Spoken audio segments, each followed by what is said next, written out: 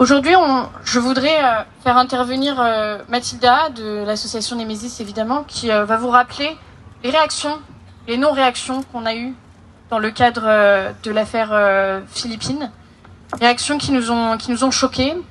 Comme vous l'avez su, des militants antifascistes ont préféré briser la minute de silence. Certains de ces militants sont collaborateurs parlementaires de députés LFI.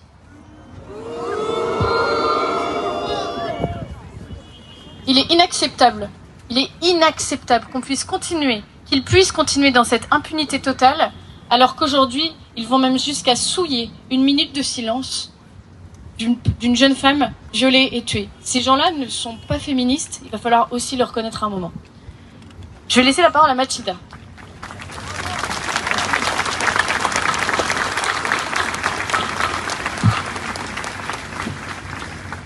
Bonjour à tous.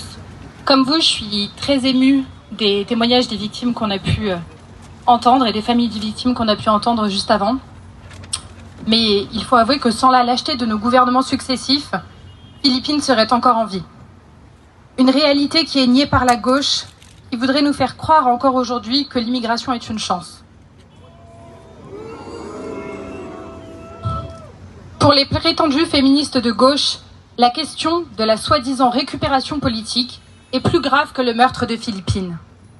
Sandrine Rousseau, députée NFP, a déclaré « S'il était dans un autre pays, il serait tout aussi dangereux et mettrait en danger d'autres femmes. » Non, Sandrine Rousseau. Dans son pays d'origine, en l'occurrence le Maroc, il aurait été mis hors d'état de nuire après son premier viol. Un calvaire d'1 heure et demie qu'il a fait subir à une jeune femme en 2019.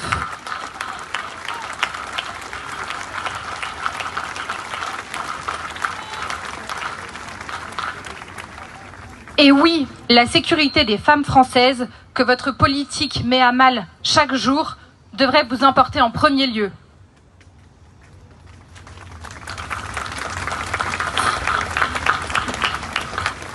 Clémentine Autain, députée NFP, a également déclaré « La nature profonde de ce meurtre, c'est la domination masculine ». Il y a eu 104 féminicides depuis le début de l'année. Rappelons que la politique migratoire soutenue par Clémentine Autain, c'est d'encourager l'arrivée massive d'hommes venus de cultures ultra-patriarcales. Des hommes qui viennent de pays dans lesquels l'égalité des sexes et le féminisme n'existent pas.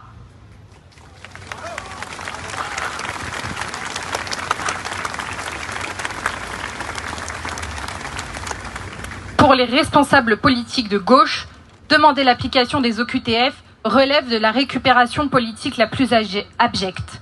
Pourtant, en 2023, c'est 43 femmes qui auraient été épargnées si les OQTF avaient été appliqués. Sur ces 43 femmes, 3 sont mortes et 12 ont subi des viols. Parce que l'ignominie ne s'arrête pas là, comme le rappelait Alice tout à l'heure, certains militants de la NUPES, pour certains, des gens qui se sont présentés au nom de ces partis d'extrême gauche en Isère, sont allés perturber une minute de silence en hommage à Philippines. Quel genre de combat les pousse à salir la mémoire d'une jeune femme assassinée? De quel côté se trouve le camp du bien? Nous ne pouvons qu'accabler les gouvernements successifs. Ces gens sont payés pour nous protéger et ils sont incapables de faire appliquer les lois. Gérald Darmanin, qui avait promis d'appliquer les OQTF, il n'en est rien. Moins de 7% sont exécutés. Dupond-Moretti, qui nous explique que le sentiment d'insécurité n'existe pas, alors qu'il a lui-même œuvré pour défendre les pires criminels en tant qu'avocat.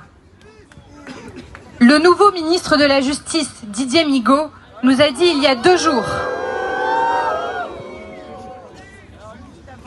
le jour où on apprenait le meurtre de Philippines, qu'il n'y avait pas de laxisme judiciaire.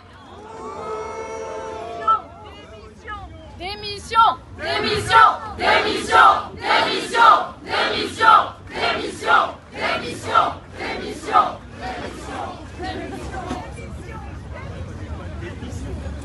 alors que précisément, sans le laxisme judiciaire, Philippine serait encore en vie.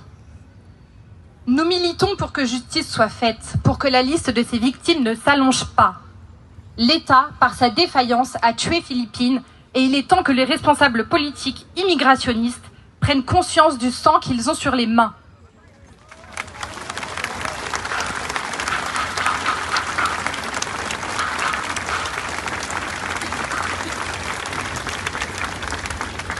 Merci à tous d'être là aujourd'hui.